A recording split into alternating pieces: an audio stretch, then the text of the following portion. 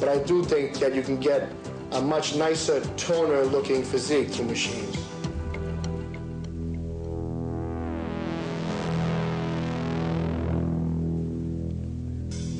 How well you're able to build mass is also a matter of what kind of exercises you do.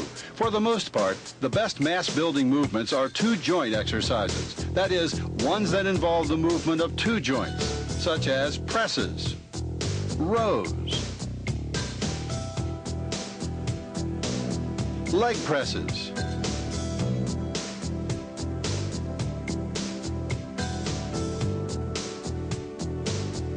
and squats, as opposed to isolation exercises such as curls,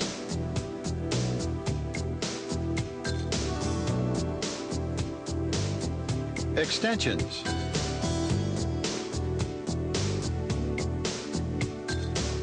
or laterals in which movement takes place only at one joint. Two-joint exercises involve more different muscles, which is ideal for mass training. They also give you a mechanical leverage advantage, which means you can handle more weight and give your muscles that much harder a workout. Daily training for mass will only center around the movements that I use, which will be basically power movements. Any two-handed or two-footed movements that are designed to give me the most power in any type of exercise that I choose. You want to use exercises that's going to be most effective for you. You want to use basic movements such as power clean movements. You want to use all your push-pull basic movements, presses, overhead, squatting to build overall body mass.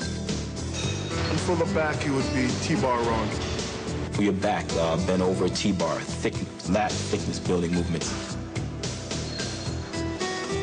Or leg pressing, for example, is my favorite for the leg building.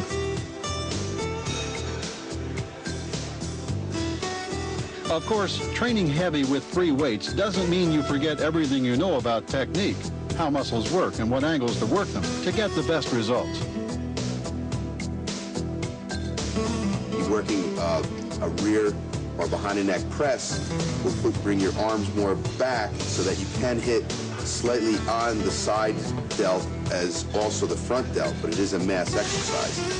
When you're doing front presses or military presses, you're working more on just your front head of your delts when you're working out.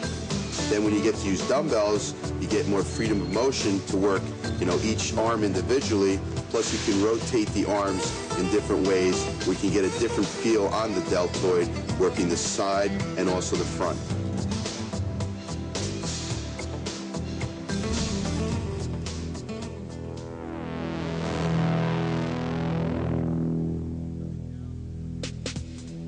Cutting down on your rest between sets, doing more in the same or less time, and adding additional sets and reps to your workout are all ways of increasing training intensity, but they don't apply when it comes to mass training.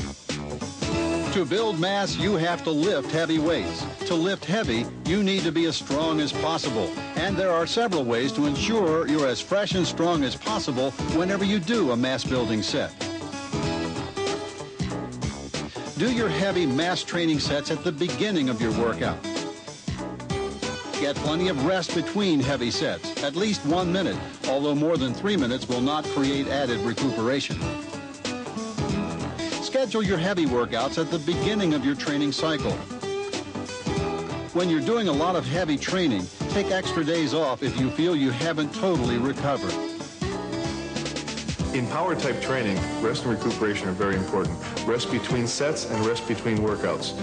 Without enough rest between sets, you're going to risk getting sloppy with your movements. You're going to be a little bit weak on your next set, and you risk injury that way. Without enough rest between workouts, you're basically not going to have enough time to recover. The more intense you train in this power type training, the more recuperation. You have two variables. You have training and you have recuperation or rest. If you increase one, you have to increase the other. One doesn't go without the other. Keep in mind, you stimulate growth when you train, but actual growth takes place during the period of recuperation following training. If your sets are intense enough, extending your rest time between workouts can often increase growth. So don't be in too much of a hurry to get back onto the bench or back into the gym when you're training for size and strength. But remember, more than 3 minutes rest is a waste of time, since by then you'll get all the recovery possible during that workout. You also need to extend your rest time between heavy workouts, either by adding extra rest days or by cycling training. That is, scheduling lighter workouts in between heavy training days. So at least once a week, you should do at least one workout that's just for mass. You don't want to do it all the time because then it becomes very hard on the joints and you can't take it. Yeah, power training is great, but you cannot do it all the time. You have to cycle your training. You have to be able to give your body time to relax. You can't be stressing your joints. Power training is extremely stressful on the joints of your body and on the connective tissue. So you have to be able to step back and train a little more relaxed and a little more conventional in between.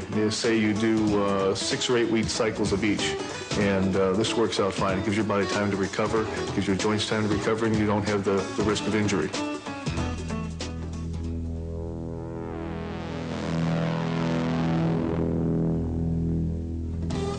Bodybuilding training is done using a full range of motion, going from full extension of the muscles to full contraction.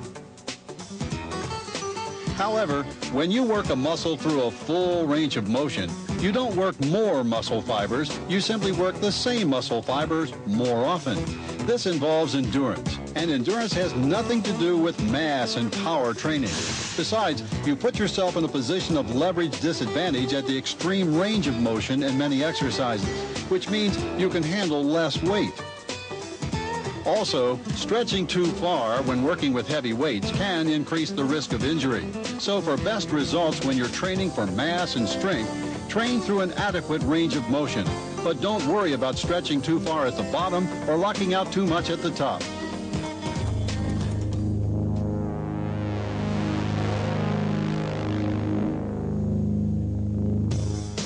Muscle tissue is composed of muscle fibers, and there are 2 basic different kinds of fiber types. White fast-twitch fiber, which is capable of a limited number of very fast and powerful contractions, and red slow-twitch fiber, which is not as powerful but can continue to contract for high numbers of repetitions. When you train for strength and power, you tend to recruit white fiber, which is about 22% larger than red fiber. Endurance workouts, on the other hand, any kind of exercise which involves sustained activity over a long period of time, relies more heavily on the action of red fiber. Therefore, the most effective kinds of mass training are usually those which are designed to develop the maximum amount of white fiber. There are 2 basic types of muscle fibers we see: the white fast-twitch fibers, which are for ballistic quick motions, and then we have the red slow twitch, which has a lot of hemoglobin in it and is more for endurance competition. Sometimes you have a combination or a mixing of both of these, and different muscle groups have different degrees or different ratios of red as well as white fibers. And it depends on the type of body prototype the individual was born with, as well as the type of training that they are performing on a regular basis. You mentioned something about white fibers. Is there a difference between white and red muscle fibers? Yes, there is a big difference. White muscle fiber is generally considered for speed. That's what will give you your mass. Red muscle fiber is usually for endurance type exercises, like if you do a real long set or for a marathon runner. Now, white muscle fiber is about 20% larger than red muscle fiber. So if you can recruit more white muscle fiber in your workout, you will definitely get more mass in it. When you train white fiber properly, you generally are involving red fiber as well. However, the opposite is not true. No, the opposite is definitely not true. Long, slow sets or time-intensive training where you don't give your muscles much time to recover are great for training red fiber, but only movements that are explosive, where speed is a factor and where the anaerobic fiber is given time to rest and recuperate, are guaranteed to get the maximum response from white fast-twitch fiber. There is a kind of weight training that is designed to do all of the above. It's based on the Weider speed principle, and it's called compensatory acceleration.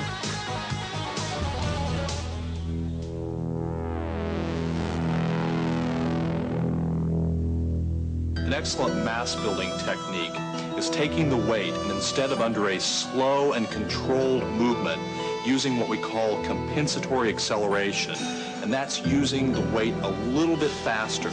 Now, usually this is done in a power type workout in the 6 to 8 repetition range. What moving the weight faster is going to do is going to call in more of the white muscle fibers. And also you're going to want to keep a continuous overload on the muscles and also keep a great deal of leverage. In other words, two-jointed movements, such as pressing movements for the chest, pressing movements for the thighs, this sort of thing. Mike, show me how you'd normally do these dumbbell presses. Sure.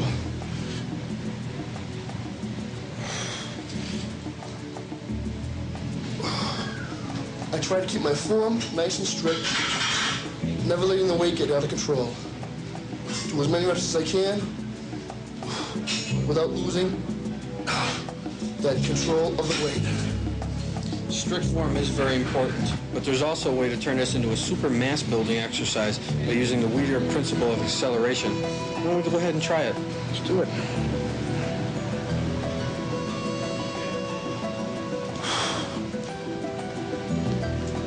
Control it on the way down. Accelerate all the way up to the top. There you go. From the bottom, all the way to the top. Don't slow down. Remember, we want to recruit all the white muscle fiber we possibly can. See how big we can get you. Squeeze. There you go. Drive. Nothing but shoulders. Accelerate. Good. Squeeze. One more. Speed. Good. How'd that feel? Incredible. It felt like there was 20 or 30 more pounds in the bar. It's actually the same weight you used in the first place. Well, I noticed I got more of a pop out of that set, too. Worked a lot harder. Incredible. The explosive type training I'm talking about as far as for putting on size is different than powerlifting in that you're doing controlled sets. You're not just going for a max amount of weight for a single repetition or even doing, sets of 4 just to build strength. You're building muscle.